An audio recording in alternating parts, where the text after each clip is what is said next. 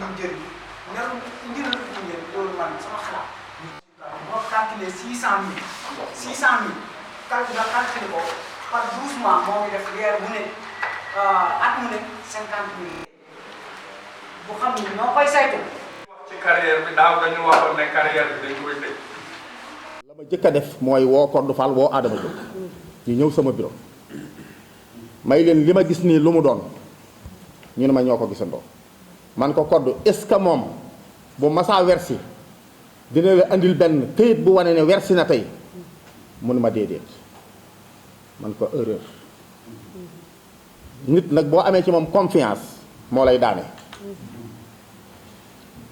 waaye lii moom ma ko layil boppam ma woo ko mu ñëw ñun ñett ñu bokk toogaat ma ni ko dan lii xew nu mu xewe mu ne ma carrière bi moo jeex waa dëkk ba ñoo yor seen suuf ñaari famille ñoo ànd benn bi ñoo beru sunu tibbee ci kii 2 mois tudd ci ñi 4 mois man ko loolu ba tey jotewul ak li ma lay laaj loo xam ni autorisé ministre bi autorisé nañ ko mais am na lu ci dugg loo xam ni te ñun ni nu mën a doon rek mooy ay doom ak i taalube te maslaa lu mu la mayul xët-xët du la ko may kon nan bàyyi ba loolu ñu dem ba mu mën a am bis bu ci kilifa yi taxawee loolu ñu ubbi ko te fermi carrière ba waaye ginnaaw am na lu fa des loo xam ni waa dëkk ba mën naa caa jariñu te lu bon bon am na lu ciy génn loo xam ni ñun commune bi mën na caa am kon nanu réserve ba yàlla dogal ñu mën a ubbi suñu carrière waaye li xew nii ci dan maag yéen ñoo ci bokk yam te ni mu leen naqaree noonu la ma naqaree bi mu laajee fu ma laajee ma ne ko foofu boo fi jàppee da ngay daanu sottiwul fu mu andi ma faxas ma ne ko may naa la ñaar bis bu nekk ñaari camion calculel ma bis bu ne ñaari camion bu ki 2000 francs nga andil ma xaalis bi mu ne yang lam ma mujj andil jërul wax fii parce que dafa mel ni dane man xaw ma la xew ndax carrière ba mënu ma faa dem ma ne ko waaw boo fa mënta dem doo man ma fa la yóbban doo dikkee ma mënatumaa dem ca carrière ba ma seet men pexe jógal dem mu jóg dem ma sol sama daal ñëw ci sous-préfet wax ko li dan def ak li ma nar parce que mbir soo koy def da nga koy dem ci ki nga xam mooy sa kilifa waxtaan ci ak moom ba xam ban conséquence moo la cay fekk ma ne ko li may jëkk a def mooy dama koy sanctionné bu mu demati ca carrière bi mais carrière bi mënuma koo tëj parce que su ma ko tëjee li ñuy seet duñ ko gis yow am nga erreur bi ñëw na nga xëy tëj carrière bi mais li ngay seet foo koy seete te nekkul ci man maa wax su préfet ma ni ko même bu doon 1 mois damay ñaan conseil municipal bi ñu defar ma contrôle boobu ba xam faute bi fan la ne loolu ma andi rek ma jàpp ci su préfet mii moo ma ni même 1 mois sax bari na 15 jours doy na def naa su préfet wax naa la loolu kon ngeen xam ne lii ngeen di wax man maa leen ci jiitu gis nga man na ngeen ma xamee woon démb noonu nga may fekk tey lépp luy defar maa nga te waaye luy yàq ànduma ci wax naa ko sama bureau ma ne ko 2014 ba léegi conseil bu am naa attaque waaye kenn amul foo ma jam ndax ku ma joxañ ma damm sa baaraam waaye tey nag may nga ba fu man du fee baaraam su ma waxuma la baaraam mais pingu lan ma jam nu ma ciy tontoo mais dëgg bu dikkee da ngay xam ne dëgg la li ngeen wax dëgg la te li ngeen di ñaan may naa leen ko Adama Diop maa ko ne sa jëlee say responsabilité commission finance wutal ñoo àndal ngeen dem contrôler ma lii ba xam lan moo xew ak bu ëllëgee nu bu tasewaatee conseil bi lu leen di wax kon li ngeen may ñaan jërul ñaan yéen a ko moom yéen ay dogal carrière ba mënuñoo xëy tëj ko parce que yéen a ko autorisé woon état continuité la su ngeen dajee ne carrière bi na tëj tey carrière bi day tëj waaye tey su ngeen ko tëjee tey li ngeen di contrôler nii du ngeen ko gis kon dem leen sur le terrain contrôler ma li fi xew lan la te ngeen xam ni li xel nunguwul mooy juuj njaaj jii ci xew ba ñëpp di ko wax su ma ko xaman li kenn xamul fu mu jógee fa laa koy def parce que man damaa yor sama konka di jeexaat nag ab commune boo ko yor da ngay jeexaat li tax ma am loo xam dama koo werte kenn xamul fu mu jógee damay jeexaat mais bu fekkee lu ma jeexaat def ci sabab du ngeen ko fa fekk damay jeexaat di teg pour yéen ngeen ëllëgee ngeen am lu ngeen mën a jariñoo parce que yéen dama fi teg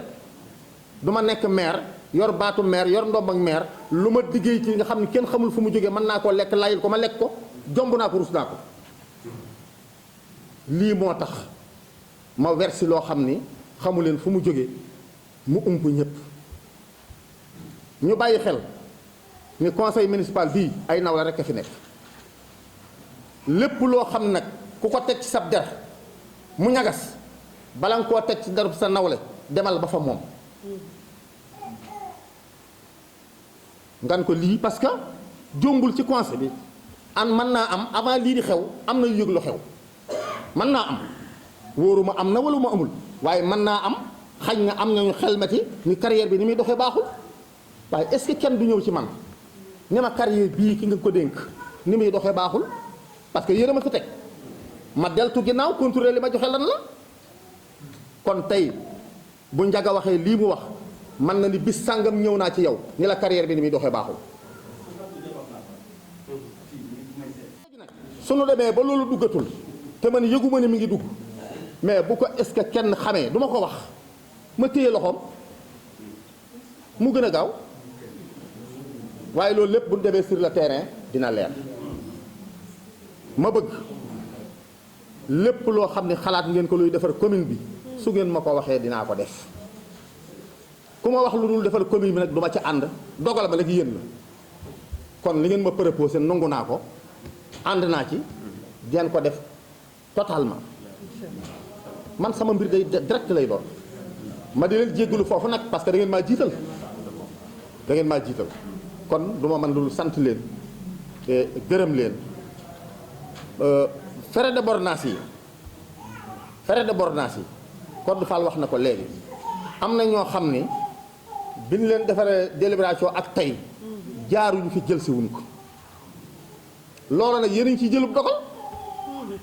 est-ce que kooku ñu délibéré at ba at mi del si waat nu ñuy def ak moom ah nu ngu koo fay mais nan ko annulé man lu ngeen proposé te mu jaar yoon ànd naa ci te defe naa du ngeen ma proposé lu jaarul yoon ginnaaw defar moo leen tax a jóg waaw bu nu demee ba ca fin ba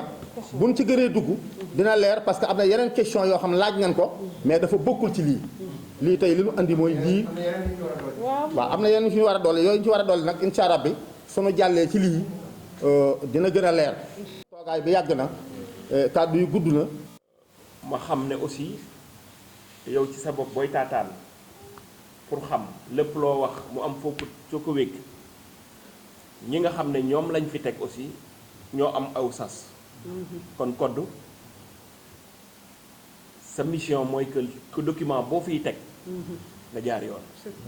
parce que kat yaa ngi janoo ak ñoo xam ne aussi dañuy sol seen daal dem gëstu ji kon liggéey bi du yomb dëgg la day bokkit ci li tax aussi ñu fal leen kàddu gi li mu métti aussi ngeen dékku ko te xam ne dafa bokk ci li nga xam ne nii moo taxoon yéen ngeen sol dàll dem ci biir gox yi ak goxaan yi laaj seen ndombo tànk pour ñu teg leen fi te day demale kanam aussi seen commune te yaakaar naa aussi tontu yi nga xam ne nii yéen indi ngeen gi vous avez été à la hauteur nii rek la warut a métti kenn lu waay laaj ñu indi ci tontu wax dëgg yàlla problème waru cee mën a ne compte administratif nag da di tey di ngeen def budget jox prérogative maire mu dérouler benn moyen de contrôle rek ngeen mën a amati mooy bii mooy tey mooy la mu def budget ba ngeen ko joxoon 2019 mu doxal ko ba mu jeex tey jii ngeen am occasion pour laaj ko parce que trésor moo leen di jox ne def na ci lii ak lii ak lii ak lii te yaakaar naa indi na ci aussi ay tontu yu leer donc ci cadre démocratie la wax ji lu mu gudd lu mu ñagas léeg-léeg nañ ko dékku te xam ne aussi c'est dans l'ordre normal aussi du fonctionnement de la collectivité loolu rek la ñuy doyee conseiller monsieur le maire jërëjëf aussi faute bari na ñoo xam ne ñi aussi dañuy gis dëgg gi te duñ ko nangu mais d'emblée yow ci sa bopp boo reconnaître erreur bi am na abus de confiance la te nangul nit ñi parce que lii mu wax ni man mun naa koo dëggal parce que démb la ñëw sama bureau xamal ma lii ma ne ko loolu day bari na say naataangoo yoo xam ne ni mën nañ ko camoufler mais comme am nga mat ñëw ba ci autorité bi nga xam ne moo fi ne nga ne ko man day sama njaboot am na koo xam ne nii def na faute boo xam ne maa ngi koy soog a reconnaître lu war la nga fas yéene aussi teg ko ci yoon nit ki nag su fekkee CDI la am na ci foo xam ne moom ci boppam foofu la ko yoon di aar loolu yëpp ngeen xool ko xool bu baax a baax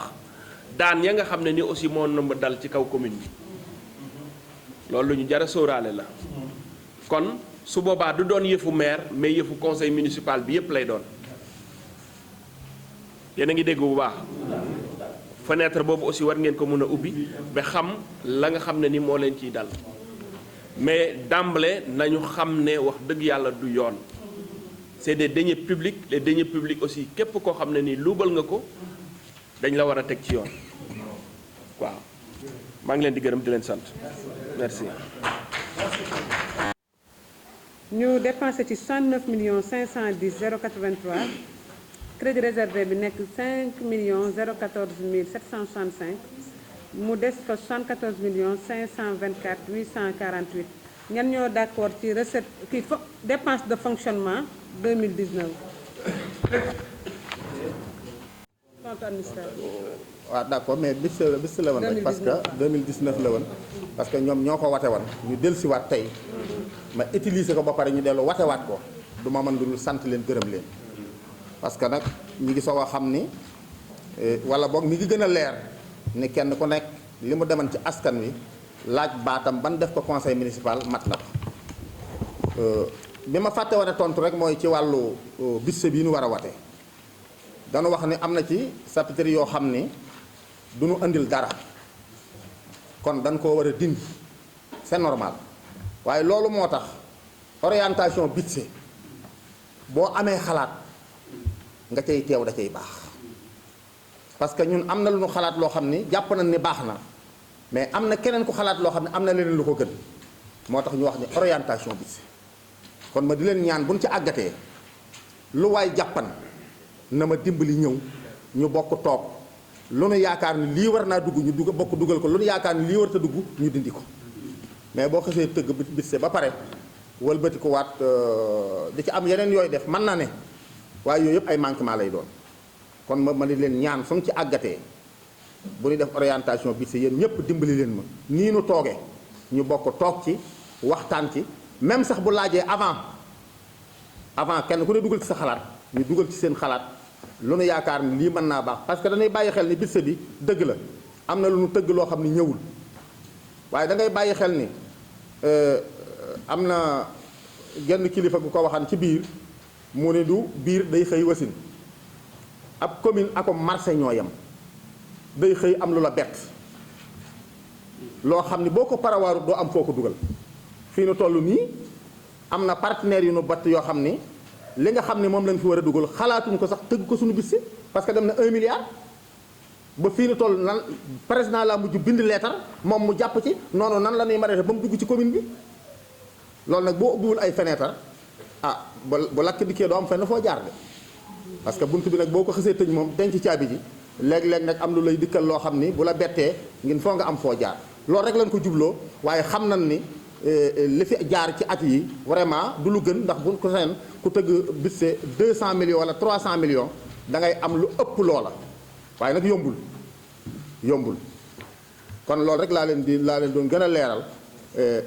bàyyi leen ak xalaat bi nag ba incha allah bi buñ ci àggatee nu mu gën a rafet rek ñu bokk def ko.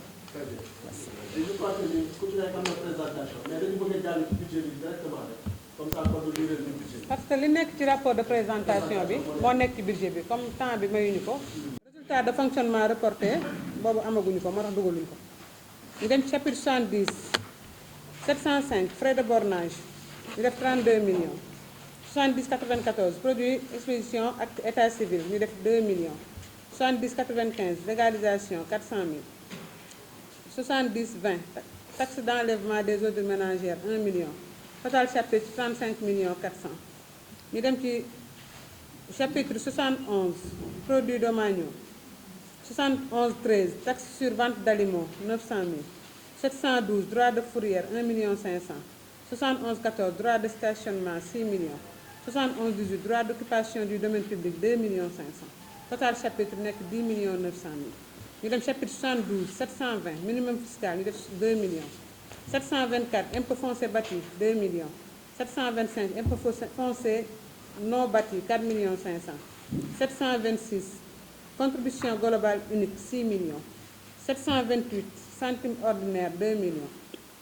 72, 81, contribution économique locale, 40 millions. 72, 90, taxe sur les véhicules automobiles, 5 millions. 72, 91, taxe plus-value immobilier, 6 millions. Total chapitre impôts locaux nekk 67 500 000. ñu dem ci chapitre 73, taxe fiscale, 73, 13, taxe sur la publicité, 2 millions. 73, 14, taxe sur l'électricité, 4 500 000. 73, 10, taxe sur les spectacles, 500 000. 73, 15, taxe sur l'eau, 1 million. Total chapitre, 8 millions. ñu dem ci chapitre 74, produits divers, 743, amende forfaitaire, 6 millions. 749, recettes imprévues, 10 millions. Total chapitre nekk produits divers nekk 16 millions. loolu mooy section de fonctionnement pour les recettes de fonctionnement. Total chapitre recette de fonctionnement nekk 137 800 000. ñu dem ci recette d'investissement. 123, résultat d'investissement reporté, 50 millions. soo gisee ñu def ci résultat d'investissement reporté, 50 millions, ndax projet de clôture yi ñu war a def lancé nañu marché yi mais réalisé ko ci 2019 bi ci lañ ko war a fay. moo tax loolu au moins xam nga à peu près li nga am ci résultat d'investissement reporté moo tax sañ koo dugal ndax xam nañ ko. 10 59, autres fonds de concours, 60 millions. 115, excédent de fonctionnement capitalisé, 10 millions. 10 51, fonds de concours, 50 millions. Total recette d'investissement, 170 millions. Total général des recettes de fonctionnement et d'investissement, 307 800 000.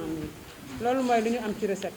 léegi ñu jël recette de fonctionnement yi toll ci 137 800 000 ñu jëm koo tas ci dépense de fonctionnement. waaw ñu dem dépense section de fonctionnement. Service 210, contingent et participation, 64 69, participation diverse, 3 500 000. 313, 61 30, carburant, 5 millions. 61 31, lubrifiant, 2 millions. 616, fourniture de bureau, 2 millions. 622, frais de mission, 5 millions.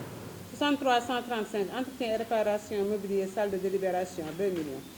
63 140, entretien véhicule, 1 million. 63 310, imprimé et registre, 2 millions. 63 321, communication téléphonique, 500 000. 633 701, acquisition machine et appareil de bureau, 500 000. 64 510, secours indigence, 5 millions. 65 10, salaire agent permanent chauffeur, 1 218 000. 64 511, secours aux sinistrés, 2 millions. 64 521, subvention pour entretien lieu de culte, 3 millions. 64 640, cotisation à l'AMS, 500 000. 64 70, indemnité maire, 3 600 000. 64 71, indemnité de représentation des adjoints, 1 440 000. 64 90, dépenses diverses, 5 millions. 64 91, dépenses imprévues, 2 millions. 64 99, autres dépenses, 4 millions. Total chapitre 313, 47 758 000. ñu dem ci service 321, secrétariat et bureau. 616, produits d'entretien, 760 000. 616, fourniture de bureau, 2 millions. 63 132, entretien, réparation, machine et matériel de bureau, 200 000. 63 131, entretien, appareil téléphonique, 300 000. 63 310, impôts et registres, 3 millions. 65 10, personnel permanent, 1 764 000. 63 20, personnel temporel, 2 520 000. 63 5 300, indemnité de suggestion, 780 000. 65 302, indemnité de logement, 1 800 000. 65 40, IPRES, 1 750 000. 65 41, prestation familiale, 1 750 000. Total chapitre, 16 624 000. 300, service 331, recette municipale. 61 30, carburant, 300 000. 616, structure de bureau, 200 000. 65 303, indemnité de gestion, 100 000. Total chapitre, 600 000. 341, 63 313, achat ticket de perception, 800 000. 6510 salaire agent permanent état civil et collecteur 6 182 760.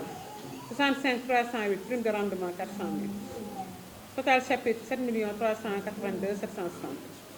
Service 361 propriété communale 103 11 entretien et réparation bâtiments communaux 3 millions. 633 712 acquisition de matériel de balayage et de désinfection 2 millions. Total chapitre 5 millions. 371 protection population contre fléau. 61 11 nourriture animaux mise en fourrière 200 000. 63 633 712 acquisition matériel de nettoyage 200 000. Total chapitre 400 000. Service 421 éclairage public. 61 83 éclairage des bâtiments et lieux publics 1 million. 63 126 entretien réseau éclairage public 5 millions. Total chapitre 6 millions. Service 441 éducation jeunesse sport culture. 617 fourniture scolaire 3 millions. 64 520 subvention aux ASC 2 695 240. 64 551 coupe récompense et prise 3 600. 64 62 participation au fonctionnement des écoles 2 500. 64 63 subvention à l'office des étudiants 3 millions. 64 65 participation à l'organisation semaine nationale de la jeunesse 500 000. 65 10 salaire agent permanent animateur CLAC 1 740 000. Total chapitre 17 035 240. 64 66 fonctionnement maison des jeunes et de la culture 1 million. 600 total 610 service 451 santé hygiène action sociale produits pharmaceutiques et hygiène 9 millions. Service 508 fête et cérémonie fête officielle 2 millions. Réception publique 500 000. Total service 2 500 000. Ñu dem service 509 dépenses divers. 63 391 recensement 1 million. 64 91 dépenses imprévues 5 millions. 64 99 autres dépenses 2 millions. 655 formation des élus 4 millions. Service 681 600 prélèvement pour dépenses d'investissement 10 millions. Total dépenses de fonctionnement 137 800 000 mooy dépense de fonctionnement ñu dem ci récap bi. Contingent participation bi 3 500 la cabinet 313 cabinet du maire 47 758 000. 321 secrétariat et bureau 16 624. 331 recettes imprévues 600 000. 341 perception 7 382 760. 3. fa may jeexale aussi mooy wàllu feebar bii nga xam ne moo ngi fi waxuñ ci waaye nañ ñaan yàlla budget bii nga xam ne nii tëgg nañ ko heure bii ngeen ko tëgg daaw sóoraalewuloon woon feebar bi yàlla indi ko mu ñëw jaxase lépp li ngeen prévoiroon ci wàllu santé lépp ci wàllu fonds de dotation lépp dugal ngeen ko ca kon la ñu war ñun ñëpp te bu ñuy tëgg budget bi ñu ñaan yàlla feebar bi yem fi balaa ñoo dugg fa ñuy exécuter budget mais bu amul rek boo moytuwul lu ëpp loola sax ci la ñuy def parce que dafa mel ni yëf yi dafa gën a am doole kon ñu sóoraale ko bu baax tey jëfe aussi ñun ñëpp fii ñu ne ci salle bi ku ci ne yaa ngi takk sa masque ndax am sax am na ñoo xam ne bañ jógee seen kër ba ak si solu ñu masque ñëw ba fii di exiger maire pour ñu jox leen masque parce que am na loo xam ne ñii waruñu koo filmer parce que lii bataaxal la boo xam ne kenn xamul fa muy teere buñ gisee ñoo xam ne soluñu masque dinañ critiquer maire mais aussi à partir de man mii nga xam ne maay autorité bi aussi man maa ciy gën a am ay remarques yoo xam ne ni du loo xam ne ni moom dañu war a jëfe sur le terrain kon nit ki nag boo jógee sa kër balaa ngaa génn takkal sa masque gëstu sa waa kër yépp takkaloo leen masque te raxasuloo leen saabu parce que kat mbir mi nga xam ne nii amul borom daraja amul ku néew doole amul xale amul mag lu ñu war a bàyyi xel la parce que bu doon moyen rek bari na ñoo xam ne faagaagal leen na leen te ñoo xam ne bu doon jënd wala faju moo mënal lañ seen bopp kon mbir mi du foofa kon loola rek war na mën a tax ñun ñëpp ñu bàyyi ci xel dimbale suñu bopp dimbale état parce que suñu Sénégal fi ñu koy tëgg war nañoo mën a xalaat leneen mais ñoo ngi ci mbirum mbas rek daaw beren croissance bi nga xam ne moom la ñu doon xalaat mënatuñ ko am parce que balaa ngaa ne naam ne fa ki wérul mun tax xalaat loo xam ne ni lu mu mun a ñoŋal ba mun a jëm kanam kon loolu nañ ko bàyyee xel bu baax a baax parce que ku nekk da nga ci am responsabilité boo xam ne nii war nga ko mun a jël maa ngi leen di gërëm di leen sant sëñ bi. waaw tey dañu ñëwoon fii pour maire moo convoqué woon budget bu ñu war a voté ak compte administratif bu 2019 ak budget 2021 ñun conseil bi yëpp nag ñu daje fi tey pour seet compte administratif bi d'abord pour voter ko ci njiitul préfet sous-préfet compte administratif bi nag dañ ci amoon ay gëstu ak yoo xamante ni xool nañ ko ci gis ko ci biir mu nekk loo xamante ni lu catastrophique la loo xamante ni moom moo ci amoon loolu moo doonoon ci droit de stationnement yi ku yor compte administratif bi xool ko rafetlu woon la nga xamante ni moom nga ca dégg parce que bu ñu waxee ni 600 000 francs moo ci dugg ci at moom ak li fiy jaar ci ay oto ak li ñuy jënd ci ay oto man ren rek jënd naa plus de 100 000 francs ci suuf est-ce que tu as vu bu ñu nekkoon 600 000 francs moo ci dugg loolu jar naa xool loolu nag am nu ñu ko gisee noo xamante ni bi ñu ñëwee ci loolu la ñu jëkk a wax bi ñu ci waxee relaté ko conseil yi yëpp amu ci kenn ku nga xamante ni d'accordul ci loolu du dëgg du yoon ñëpp a ko ñaawlu googu ñu ko ñaawlu maire itam da ko fekk mu ñaawlu ko ba jël ay matuwaayam sanctionné ñi nga xamante ni ñoom la jëloon ñu yóbbu leen fa teg leen fa ñooñu nag ay contrat moo nu lié ak ñoom wax naa ko préfet baamtuwaat na ko ndax nee naa leen bu fekkee ni jëluñu ci matuwaay yi ñu war a jël moom mi ñu dàq dina jël ay matuwaay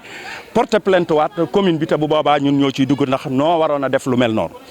li ñu proposé nag moo di ñun ci sunu bopp mairie bi comme alalu askan wi la ñu yore alalu askan wi képp ku ko yor di ko foye wala nga di ko yàq wala nga di ko jalgati ñun war na noo taxaw sàmmonte ak loola jàpp loola damm sa loxo téye ko pour askan wi mën a jot seen alal ñu mën leen cee defal li nga xamante ni moom la ñu soxla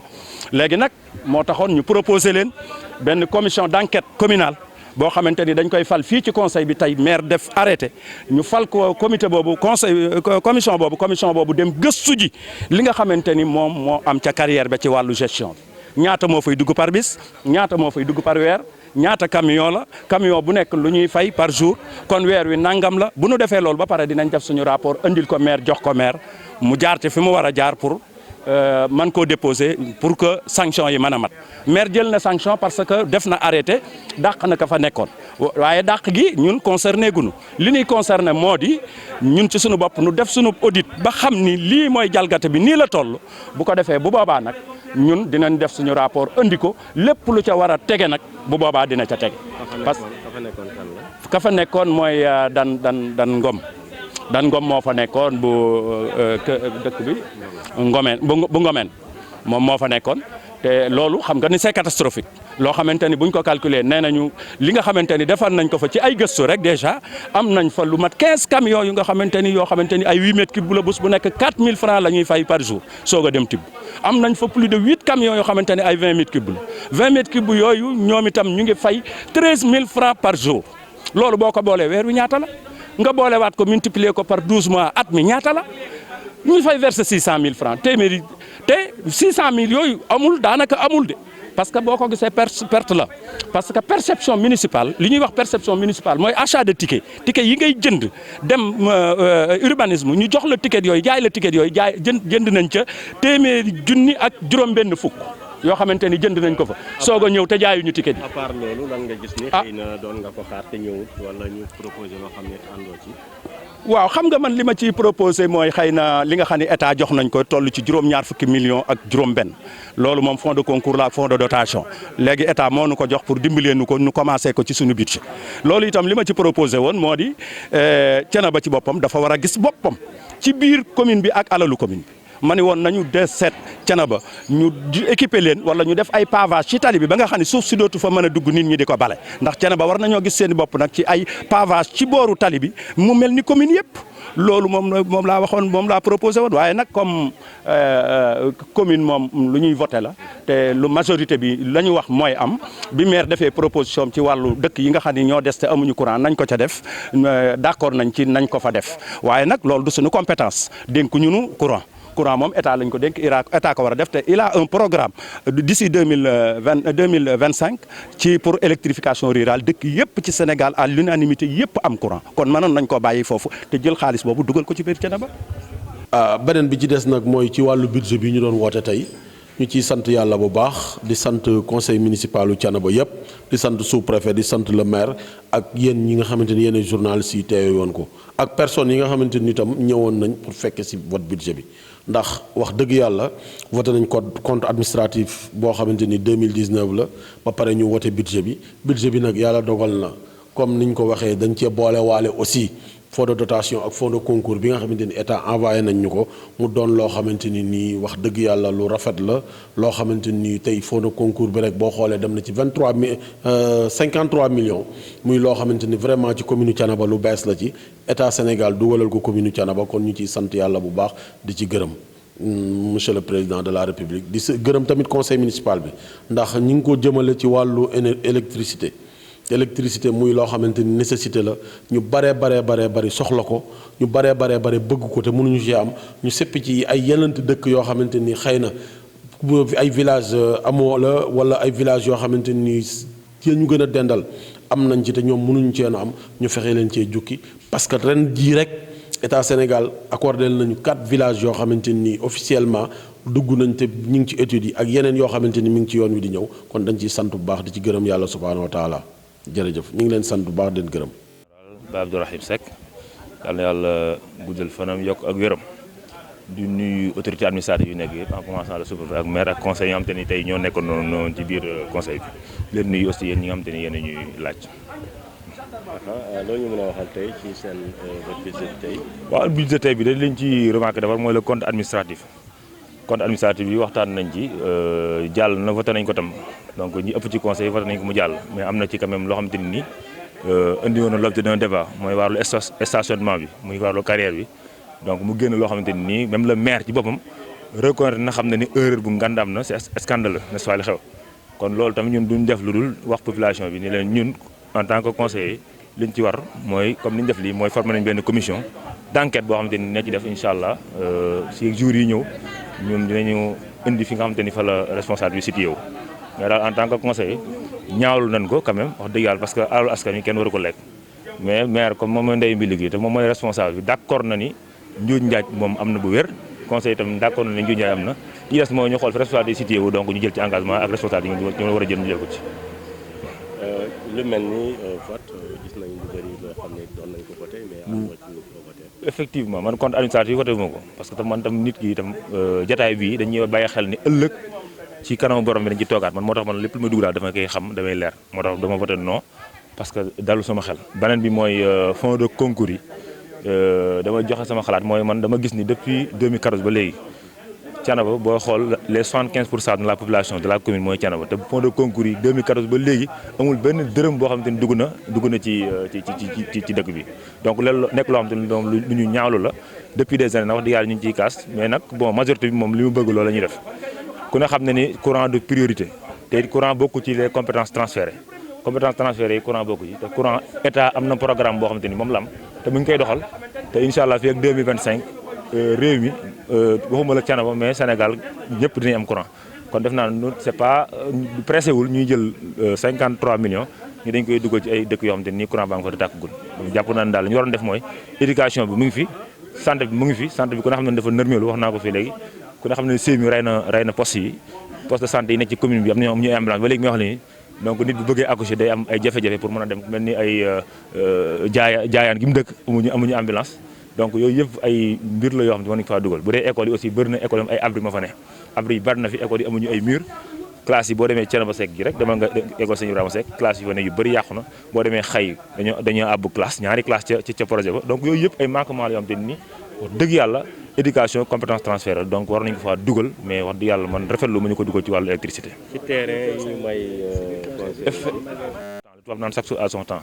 boo gisee ma interpellé ci maire tey laaj ko ni ko ndax terrain yi nga maye yi nga jox conseil yi ndax conseil yi ñoo la ko ñaan mu ni déedéet def naa ne devant tout le monde ñëpp dégg nañ ko loolu li ma ci attiré attention nit ñi rek mooy que ñun ay conseil lañ mais duñ nit ñoo xam te dañuy ger ku ne xam na ne assemblée boo fa demee am na ay indemnités yu ñu jox ay député mais moom mi maire bu fekkee mënu ci responsabilité moom mu taxaw devant tout le monde mun leen terrain yi nga xamante ne conseil yi ñoo ko jot maa jël sama responsabilité maa leen ko jox kenn conseil ñaanuma terrain pour nit ñi xam ko bu ko defee polémique bi ci war a bañ ci am man moo tax ma ne ko monsieur le maire comme fii nga ma ko joxoon te nit ñi ñu ngi ci polémique wax jaa ngi bëri donc sama terrain suba incha allah dinaa woo presse bi ñu ñëw taxaw ma wan leen ko dugg sa bureau joxal la ko ndànk parce que man terrain moom teewuma nelaw Ceno Seck laa dëkk Badio Seck moom may dégg musuma fa 10 000 francs dañoo doon jox sama kanam mën naa jënd 20 terrain mais musuma fa joxe terrain te loolu gars yi sax naa ko bàyyi wax waaye nag dama koy wax parce que loolu moom man ay terrain wax dëgg yàlla moom yëngalu ma quoi man moom fii li ma fi indi mooy défendre askan bi bu ma gisee lu baax ci ñoom ma xeex ci bu ma gisee lu bon ci ñoom ma lànk nii kat nii man noonu laa fi dëgg mais nekkuma fii nga bañu ma kenn contre ma kenn dëgg rek laa fi bëgg a nekk quoi incha allah message bi daal mooy sant yàlla di ñaan yàlla mi nga xamante ni ma fi indi mbas mi ci Sénégal mu lëjal ñu wicc yàlla na yàlla jële ko fi bi jaay nal Moustapha Sallallahu yàlla dimbali tam ñu ngi génn 2020 bi yàlla nañ ci génn ak jàmm dugg ci 2021 bi alhamdulillahi rabbil alamin yàlla feesal suñuy poos may nu wér ak wér le quoi loolu daal dañuy ñaan yàlla di ñaanal ñëpp réussite quoi ak jàmm salaamaaleykum wa rahmatulah di leen sant di leen gërëm aussi la presse di sant yàlla bu baax di nuyu la xalif général de Thiénaba ak njaboot gi yëpp xam naa noo ngi woon fii tey monsieur le maire woote woon man Mori Gueye laa tudd conseiller président commission domaniale yàlla ngi dogal maire dafa waroon tey ci maire bi réunion rapport présentation bu compte administratif bu 2019 ak vote budget ak questions diverses yàlla dogal bi ñëwee ñu am amendement ñu dugal ci fonds de concours ak fonds de dotation waaye alhamdulilahi rabbil alamin comme ni ma koy waxee toujours rek maire yi réunion conseil mook assemblée nationale moo yem parce que kenn ku nekk boo ñëwee da ngay ñëwee ak sa xalaat ñëwee it ak li tax askan wi teg la fi waaye yàllaa ngi dogal déglu na ñun ñëpp kenn ku nekk bi ñu riiree rapport yi joxe nga sa xalaat nga la nga yaakaar ni mooy defar ak la gën ci point yëpp fa tabarakallahu ci compte administratif bi ak budget bi waaye yàllaa ngi dogal ci mbaaxam daaw na gën daaw vraiment conseil bi tàngat na bari woon ci waaye ren yàlla dimbali nañu wote nañu ko compte bi à l'unanimité mbaa boog ñëpp contre ñu néew la benn nit bu dee budget bi itam wote nañ ko à l'unanimité ñëpp d'accord ci ñu voté ko ñu ñëw ci question diverses kenn ku nekk la nga denceen wala loo yaakaar ni naqare la la nga leeral ko ñu tontu la ca fa tabarakallahu ba ci point bi mujj muy li nga xam ne moom la maire motivé woon les conseillers ñu toogoon fii benn jamono moom mu proposé wax ni dama bëgg comme yàlla dogal na conseil yi amuñu solde kenn fayu leen vert te ñu ngi sonn chaque jour ñu am dara loo xam ni kenn ku nekk boo ko sa doom bëggee kër wala nga soxla ko ëllëg ñu wut ay dëkkuwaay kenn ku ne mu jox la benn terrain ci ndigalul conseil bi ndax dafa def proposition ñun conseil yi ñu rafetlu ko voteel ko ñun ñëpp ñu def ko d'accord ci pour ñu may jox conseil bu nekk benn terrain xëy na nag mbooloo ñëpp duñu bokk gis-gis am na ñoo xam ni ginnaaw bi sax loolu am nañ ci contestation ndax li ñuy dégg ci rumeur yi ci àll bi waaye nii la action bi demee maire dafa proposition ñu approuvé ko mu ni kenn ku nekk dina la jox benn acte nga am benn terrain boo xam ne ëllëg boo ci bëggee dëkk wala sa doom dëkk fa ñu jox la ko am na nag ñoo xam ni nee ñu maire def ni dañ koy ngi nangam naa waaye yooyu yëpp politique moo demee noonu kenn ku ne loo yaakaar ni boo ko waxee rek convaincre say nit loola ngay wax waaye action boobu nii la demee ñu ëpp yëpp ci conseil bi itam rafetlu ko apprécier ko kon loolu mooy li nga xam ne moo nu fi dajale woon tey question diverses yëpp bari na point yu bari yoo xam ni débordé nañ ko waaye yëpp waxtaan nañ ci ba déggoo nañ ci li di suñu fonds de concours ak fonds de dotation bi itam fa tabarakallah chaque année bu ñu amee fonds de concours dañu seet benn volet ñu dugal ko ca waaye loolu volet bi ñu ko dugal defe naa ñu ëpp ci conseil bu doon téeméer lañu juróom-ñeent fukk yëpp ak juróom-ñeent rafetlu nañu ko muy fekk ñi nga xam ni fa tabarakallah am nañu yitte yoo xam ne tar nañu mu war état te mënu ko maire wax ni bu ñu ma joxee ndigal dina fexe ba dëkk yu ndaw yooyu yëpp kenn ku nekk lanu ca man ñu def ko ca ba problème yooyu wàññi ko kon daal ci tënk loolu mooy li nga xam ne mooy objectif réunion bi tey fa tabarakallahu li ma ci gën a neex nag mooy jàmm ji ñu ko def xuloo amu fi xeex amu fi werante amu fi kenn ku ne daal andi nga sa xalaat wax la nga yaakaar ni mooy gën ak sa gis-gis ba réunion bi jeex ci jàmm kon nu ngi leen di sant waa presse bi ñëpp fa tabarakallah ndax lii moo baax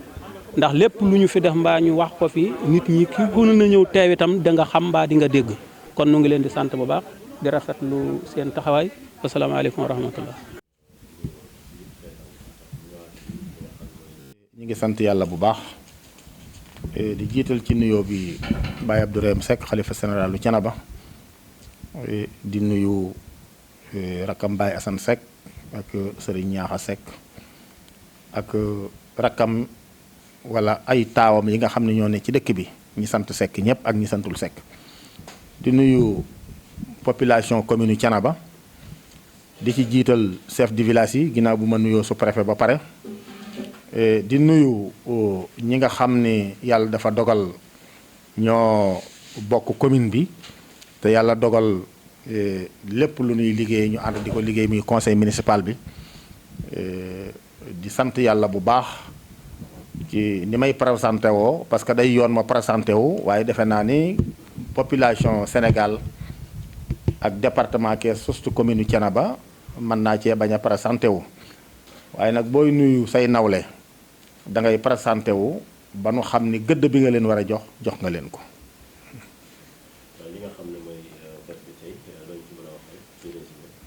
waaw xanaa di sant yàlla bu baax rek ndax naka jekk 2014 ba léegi at mu jot ñu wate budget yàllaa ngi dogal nag bu ren bi moom dafa gën a yomb waaye lan moo tax mu gën a yomb mooy conseil municipal dañuy gën a miinante ndax liggéey boo ko seqee ak nit te xamula jafe-jafe mën na caa am waaye su demee ba xam la dara diitu jafe waaye nag na doon ak njub waaye yàlla dogal nag conseil municipal bi ci loolu lan ma xam ñi ci ëpp it loolu lañu gis ba tax mbir mi yomb tey kon duma mën lu dul sant conseil municipal bi di leen gërëm di ñaan yàlla yaakaar bi askan wi am ci ñun yal na ko yàlla àggale.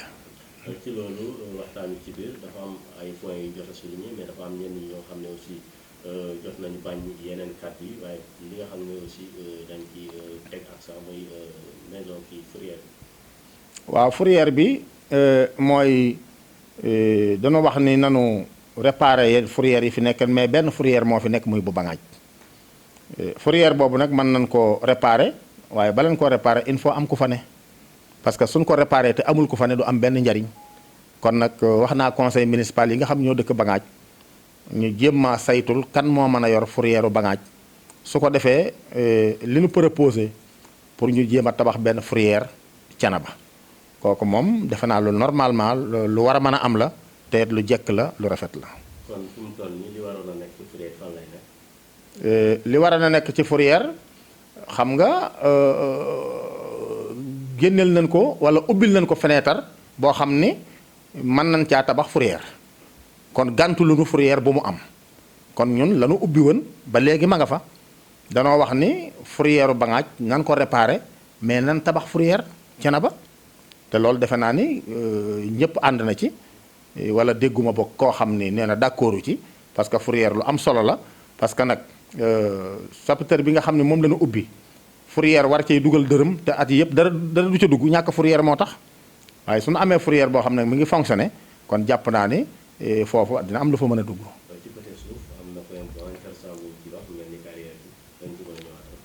waaw carrière bi moom état continuité la fi lan ko fekk yàlla dogal 2014 bi ma ñëwee ma continuer di ci liggéey waaye dama cay liggéey mooy ndigalul conseil municipal bi wut nag ku ko seere yàlla dogal na nag ñoom ci seen wàll bopp nga xam ni ñoo joxoon kàddu wala ñu jox ma baat bi taxan ma man caa yóbbu nit muy liggéey ñoom ñoo ni gis nañ loo xam dalul seen xel te am nañ ci droit man mënuma tëb ni li ma gis dalul sama xel mais ñoom su leen neexee man nañ li ñu gis dalul suñu xel loolu nag li leen koy wan mooy gëstu ji ñaan nan ma nag pour ma may leen ñu dem gëstu ba xam li nu gis nii méngoo na ak li war a am ak li wërta am loolu it may naa leen ko dara xewul incha allah bi suñu demee sur le terrain lépp lu ci man di xew ñun dinañ ko xamal suñu bopp waaye yaakaar naa ne li nu war a def ñun def nañu ko yàlla nag mooy dogal mbiram yàlla nag boo gëmee yàlla da ngay gëm yàlla te nangu dogal ya lépp lu yàlla dogal ci yow rek nga xam ne lii la yàlla dogal.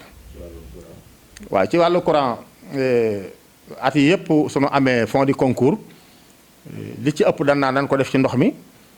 waaye nag benn dëkk jàmbatatul am ndox mbaa bariwul problème mu forage la ñuy wax waaye du problème mu adduction d'eau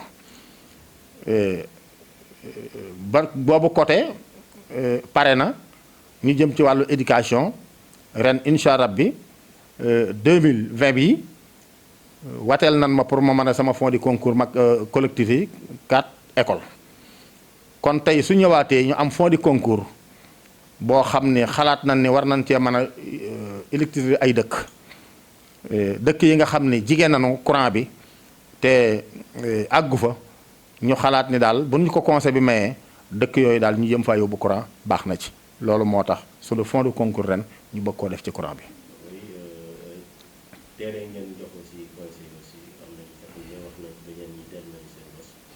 waaw di gisaguma ko delloo nag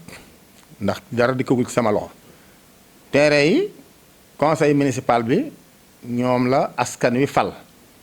ñuy bàyyi seenub liggéey ñëw bis bu nekk ci soxlay nit ñi loolu nag seen engagement la parce que digguñ ci dara pour fay leen bon léegi nag ki nga xam ne day délibéré pour ñu lotissé ay terrain yi kenn ku ne am droit def demande ñu jox la ci man xalaat naa ni conseil municipal bi même suñ ma ko laajulit war naa lay jox kenn bu ne benn terrain loolu laa ci jublu woon ba tax kenn ku ne ma jox la benn terrain koo xam ne nag xalaat nga ni yow terrain bi soxlawoo ko wala waroo ko am delloo ma ko soo ma ko delloo ma jox ko sa morom waaye nag bu dee ñeen fukk bu delloo dee am benn lay doon mbaa ñaar te ba léegi ñu koy waxee nii coow lee bari waaye kenn joxaguma benn terrain ni ma delloo naa ko te keroog bis bi ma ko joxee am na ñoo xam ne ban juddee ba tey ñu ngi soo ko am këyitu terrain ci Thiénaba te it lu baax laa ko dugloo woon waaye am na ñoo xam ne su fekkee damay wut lu leen neex rek man naa leen bañ a jox terrain waaye nag politique demewul noonu surtout conseil municipal da ngay yemale ñëpp looy def nga defal ko ñëpp man loolu laa ko dugloo woon te lépp ñu bari ñi ëpp rafetlu nan ko def lu ñëpp ànd nag yombul waaye ñi ëpp bokk rafetlu nan ko.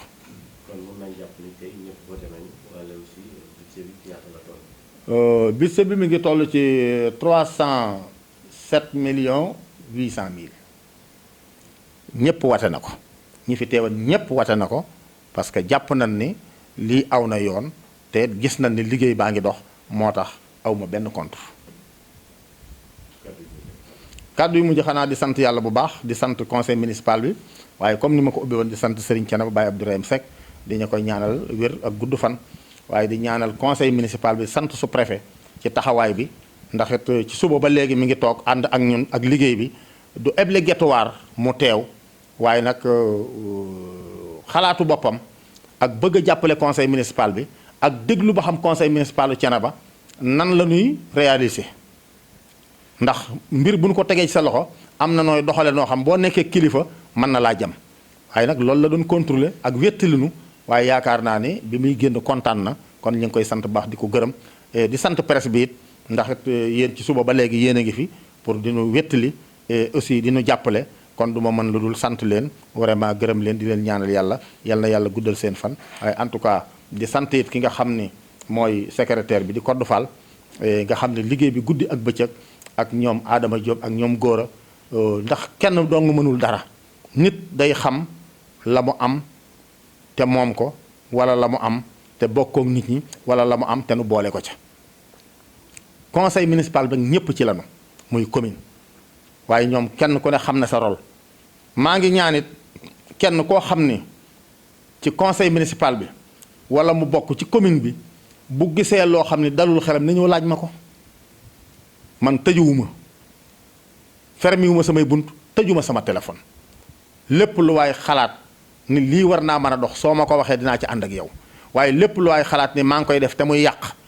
wala jëmul kër dikk waxtaan ceeg man parce que doomu aadama la mënul mat waaye nag gis loo xam day yàq nga ni cell ba loola tàbb ci kàmbu nga xëy bëgg koo wax dëgg la am nga ci droit waaye la war a jëkk mooy waxtaan ji kon nag maa ngi sant ñëpp di gërëm ñëpp di sant yàlla daal di yaakaar bi nga xam moom la nit ñi am ci man ba ñu wate bis bi te awma benn contre yaakaar boobu yàlla bu ko yàlla tas. aussi nag di sant président Macky Sall ndax xam ngeen ni fonds de concours bii ngeen gis nii at ma jot ñu yokkal ñu 53 millions am nañ ko ci fonds de concours fonds de dotation ñu am 23 millions loolu nag il faut ñu sant ko gërëm ko ndax commune yi mën a demal seen bopp bariwul surtout commune Thiénaba commune bu amul recette état rek moo ko mën a jàppale te état bi mu ngi ñuy jàppale vraiment di ñaan yàlla nag mu gën a yokk di ñaan yàlla mu gën a yokk ndax ku ne xam na ni Thiénaba dëkku diine la di sant Baye Abdourahim di ko santaat ndax bari na luy xew noo xam ni fi mu toll dugal na ci loxoom dugal na ci kàddoom ba état bi vraiment xam na ni Baye Abdou mi ngi may jàppale te incha allah bi yooyu ci ay fan yu néew di ngeen ci teg seen bët maa ngi sant ñëpp di gërëm ñëpp. mbokk Thiénaba TV mi ngi jaar ci YouTube nag day kër goo xam ni dalloo na télévision yu bari waaye télévision ba ëpp fayda mooy ba ëpp ñu ko seetaan ba ëpp ñu ko abonné ba ëpp ñu cay commentaire kon mbokk yow mi seetaan ba pare aboneel ngir dolli ñu chance ñu gën a jëm ca kanam bësal cloche bi dara bañ laa raw waaye commentaireal ngir mbir mi gën a am fayda.